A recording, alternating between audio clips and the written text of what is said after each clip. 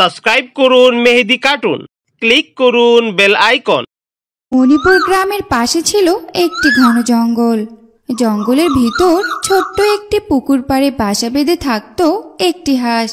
হাঁসটি 5টি ডিম পেড়ে তাপ দিচ্ছিল আর অপেক্ষা করছিল কবে তার ডিম ফুটে বাচ্চা বের হবে। কি যে ভালো লাগছে আমার, কিছুদিনের মধ্যেই ডিম থেকে ছানা বের হবে। আমি ছানাদের গোসল করাবো, সাঁতারও শেখাবো। ছানারা আমাকে মামা বলে ডাকবে। কি যে খুশি লাগছে। হাঁসটি খুবই আনন্দে ছিল, কারণ এবারই সে প্রথম ছানা দিচ্ছে। যাই, কিছু খাবার নিয়ে আসি। বাসায় যা খাবার ছিল সব তো শেষ হয়ে গেছে। কয়েকদিন পর আবার ছানা বের হবে। এখনই কিছু খাবার জমা করে রাখতে হবে। এই বলে হাঁস গেল খাবার খুঁজতে। সে জঙ্গলে বাস করত একটি দুষ্টু শিয়াল।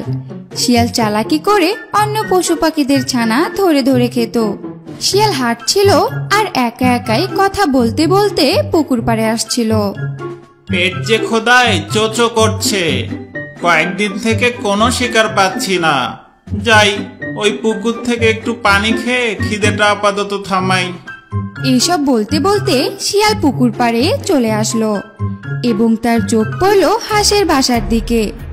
সে হাঁসের ডিমগুলোকে দেখতে পেল এবং বলল, আরে বাহ, এ তো দেখছি মেঘনা চাইতেই বৃষ্টি।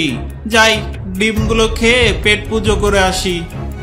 এই বলে শিয়াল হাঁসের বাসার কাছে গেল এবং ডিমগুলো খেয়ে বলল,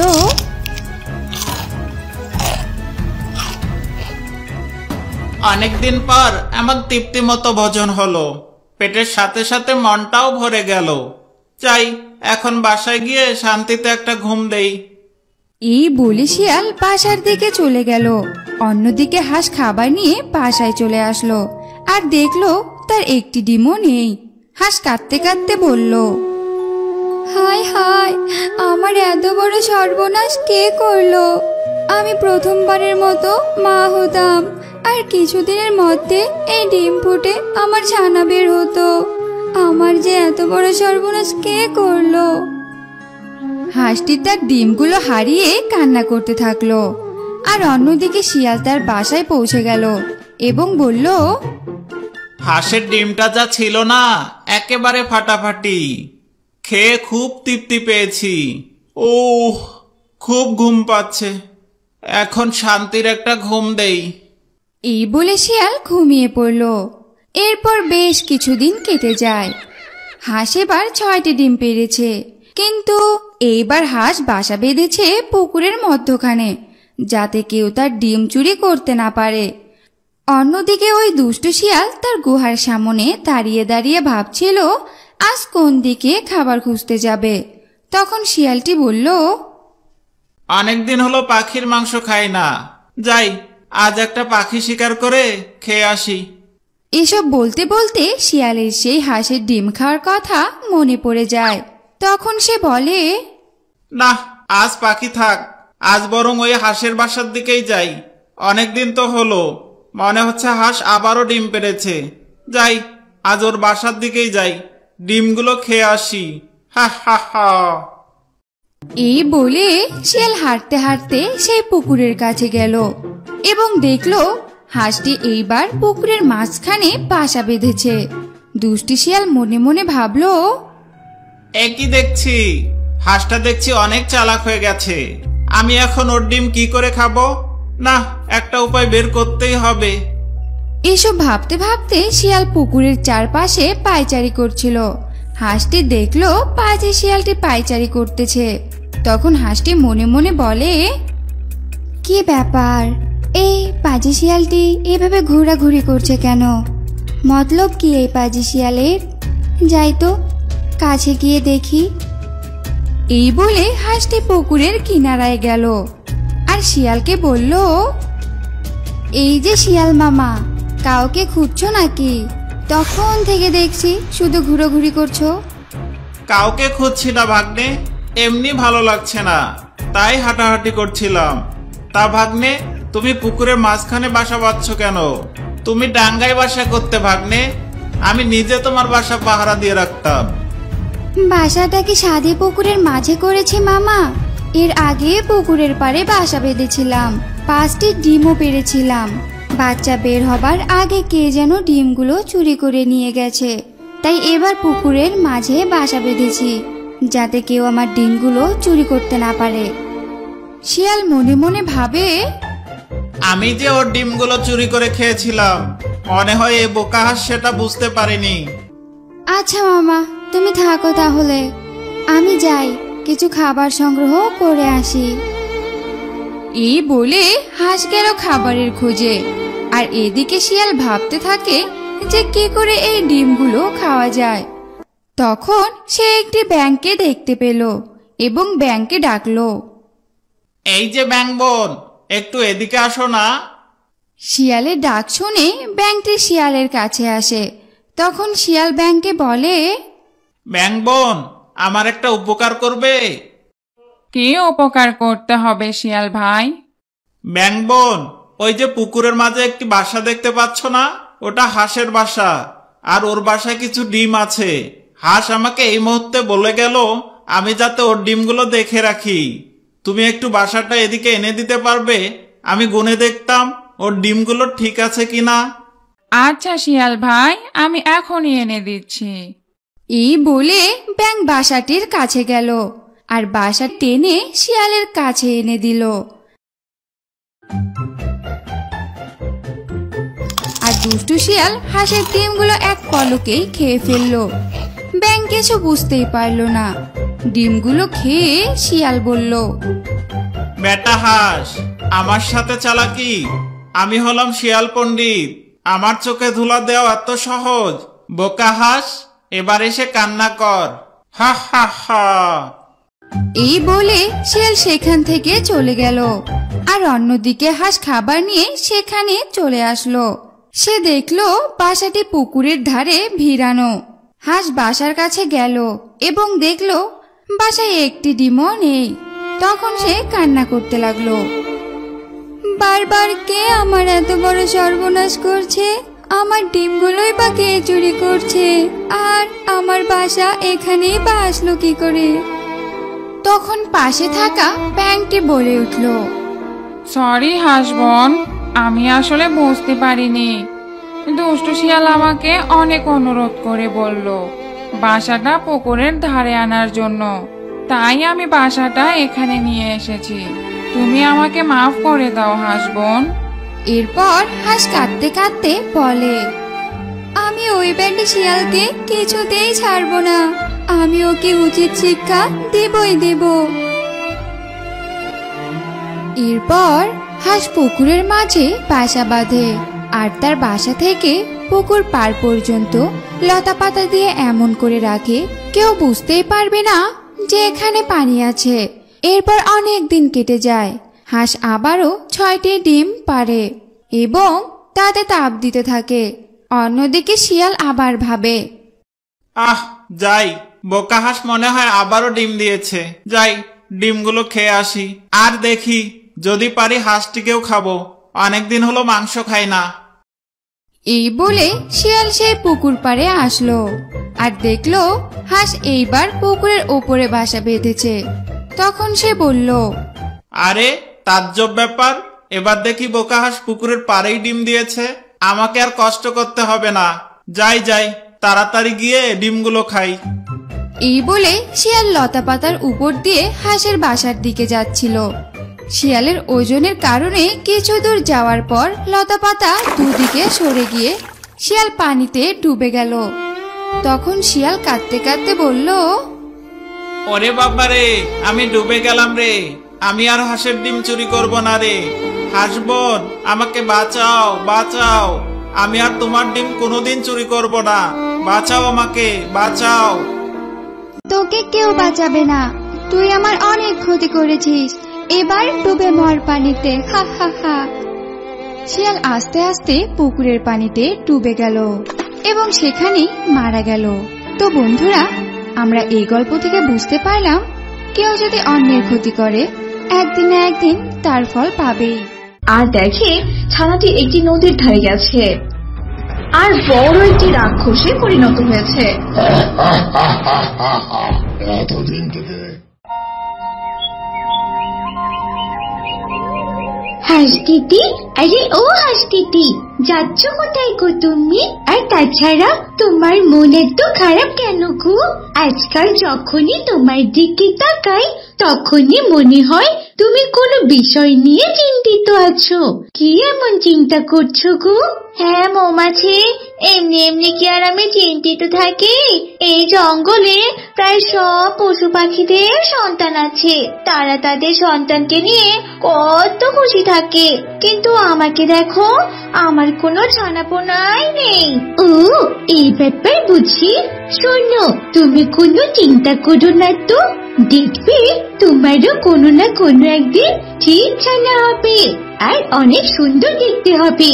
তুমি এত ভালো, সৃষ্টিকর্তা নিশ্চয় তোমার জন্য ভালো কিছু রেখেছে।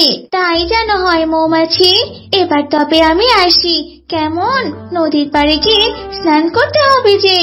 যা গরম পড়েছে, এই গরমে আমি তো মনে হয় মরেই যাব।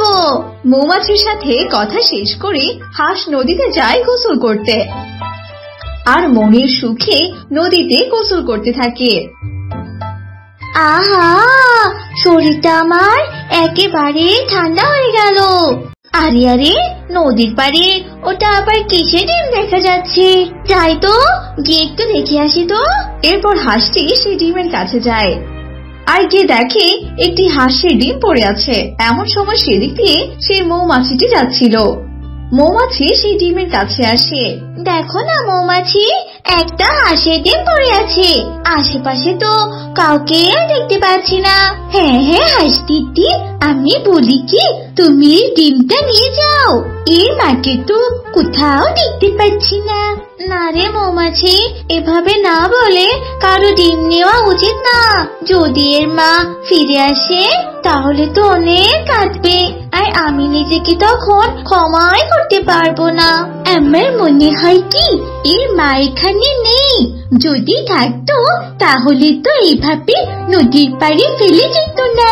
আর তাছাড়া তুমি যদি এই ডিমটা না নাও তাহলে দেখবে কোনো দুষ্টু শিয়াল খেয়ে ফেলেছে। এরপর মৌমাছির কথা চিন্তা করে হাঁস সেই ডিমটা নিজের মুখে তুলে নেয়,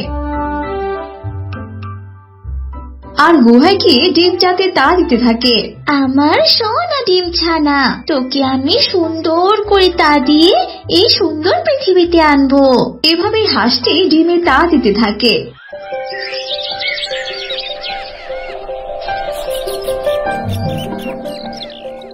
আর কিছুদিনের মাঝে ডিমটি থেকে একটি সুন্দর হাঁসের ছানা জন্ম নেয়। এতে হাঁস ভীষণ খুশি হয়ে যায়।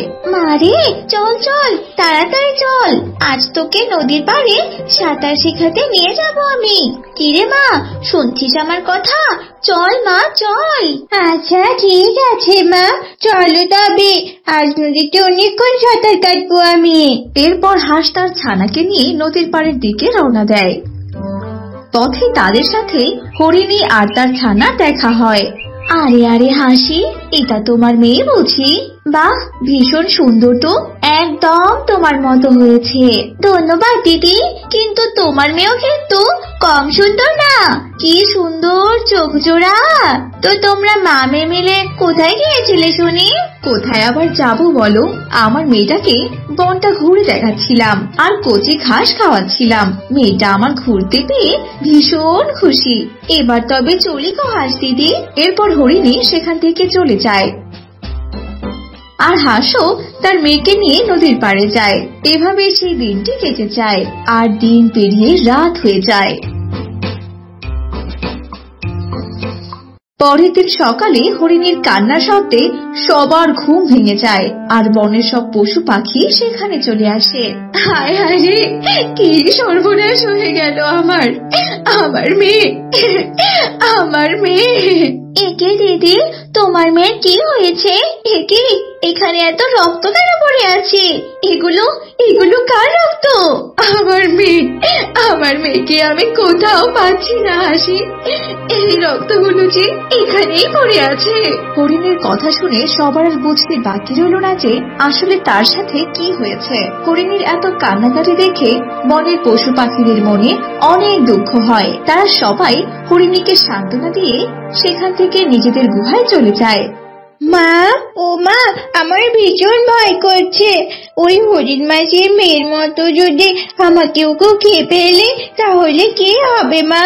চুপ কর মা, চুপ কর। এসব অলক্ষণে কথা একদম বলবি না রে মা। তোর যে কোনো কিচ্ছু হবে না, আমি তোকে ঠিক আগলে রাখবো মা। এখন চল তো চল, দুই মামে মিলে নদীতে যাই। এরপর তারা নদীতে চলে যায়। এভাবেই দিন কাটতে থাকে। কিন্তু দিন দিন বনের পশু পাখিদের মাঝে আরো আতঙ্ক ছড়িয়ে পড়ে, কারণ প্রতিদিন কোনো না কোনো ছানা হারিয়ে যেত। এতে পশুরা অনেক চিন্তায় পড়ে যায় আর সবাই মিলে একটি সভার আয়োজন করে। সেখানে সবাই উপস্থিত ছিল। কি সব হচ্ছে এগুলো? আমাদের মাঝে কিভাবে ক্ষতি করছে আর আমরা ধরতেই পারছি না। এটা তো হতে পারে না। আমার প্রজারা, তোমরা তোমাদের কোনো মতবাদ দাও। তোমাদের মাঝে কাকে এই চোর মনে হয়? সিংহের এমন কথা শুনে পশু পাখিরা অনেক চিন্তায় পড়ে যায়। আর তখন একটি টুনি পাখি এসে বলে, সিংহ মহারাজ, আমার মনে হয় এসব পাজি শিয়ালের কাজ। কারণ পাজি শিয়াল আগে এমন অন্যায় করত। তাছাড়া আমি মাঝে মাঝে রাতে পাজি শিয়ালকে বনে ঘুরে বেড়াতে দেখতাম। টুনি পাখির এমন কথা শুনে সবাই অনেক অবাক হয়ে যায় আর তারাও সম্মতি দেয়। না না মহারাজ, আপনি এসব কথা বিশ্বাস করবেন না। আমি আর এসব অন্যায় করি না। আমি এখন ভালো হয়ে গেছি, আপনি বিশ্বাস করুন মহারাজ। শিয়াল এত করে বলার পরেও কেউ কিছুতেই বিশ্বাস করে না। সবাই মিলে শিয়ালকে কারাগারে নিক্ষেপ করে। এভাবেই দিন কাটতে থাকে। কিন্তু শিয়াল বন্দী হওয়ার পরেও জঙ্গলে ছানা হারানো একদমই কমে না। না, বড় চিন্তায় পড়ে গেলাম। পাজি শিয়ালকে তো বন্দি করেছি, তাহলে এভাবে শিকার করছে কি? আমার মেয়েটা আবার কোথায়? এত রাতে আমার মেয়েটা কোথায় গেল? আমার মেয়েটার কোনো ক্ষতি হলো না তো? না না, এক্ষুনি আমাকে খুঁজে বের করতে হবে। এরপর হাঁস তার মেয়েকে খুঁজতে থাকে।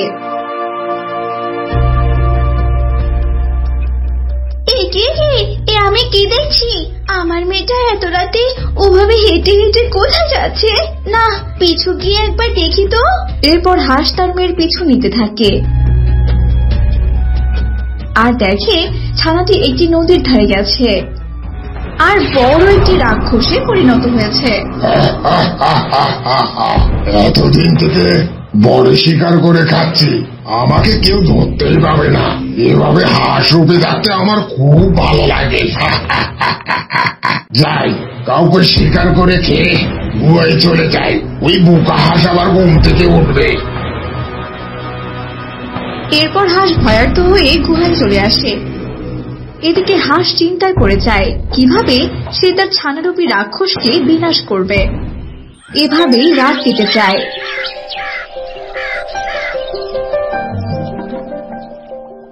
ইকি মা, তুমি এভাবে আগুন নিয়ে এসেছো কেন? এরপর হাঁসটি তার ছানার শরীরে আগুন লাগিয়ে দেয় আর ছানাটি সেখানেই পুড়ে ভস্ম হয়ে যায়। তোকে আমি নিজের মেয়ের মতোই ভালোবাসতাম, আর তুই কিনা আমাকে ঠকালি। জঙ্গলের সবার ভালোর জন্য তোকে আমাকে মারতেই হবে। For more updates, subscribe to our channel, click the show links and enjoy watching the videos.